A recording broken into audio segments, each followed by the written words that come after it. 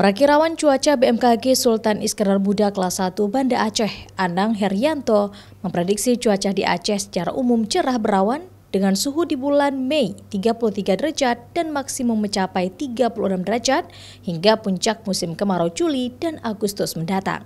Namun potensi turun hujan di musim kemarau ini masih dapat terjadi dengan intensitas sedang hingga lebat.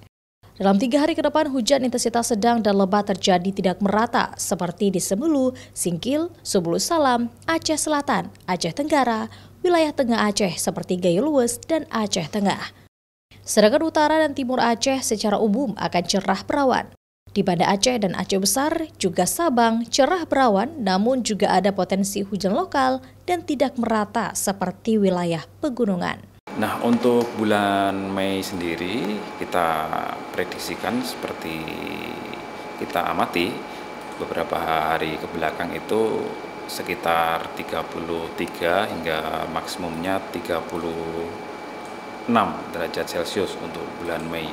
Sedangkan untuk nanti meningkat itu sekitar bulan Juni, Juli, dan Agustus karena di situ juga ada di beberapa wilayah Provinsi Aceh itu masuk puncak musim kemarau di bulan tersebut.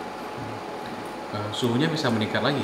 Iya, jadi bulan Juni, Juli, Agustus itu biasanya terpantau berkisar antara 35 hingga 37 derajat itu untuk suhu rata-rata maksimumnya di bulan tersebut antara bulan Juni, Juli, dan Agustus itu sendiri. Sementara itu cuaca panas dengan suhu maksimum 36 derajat juga sangat rawan terjadi kebakaran hutan dan lahan.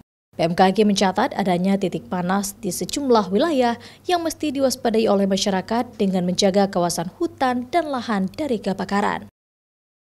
Mustajab, Kompas TV, Banda Aceh.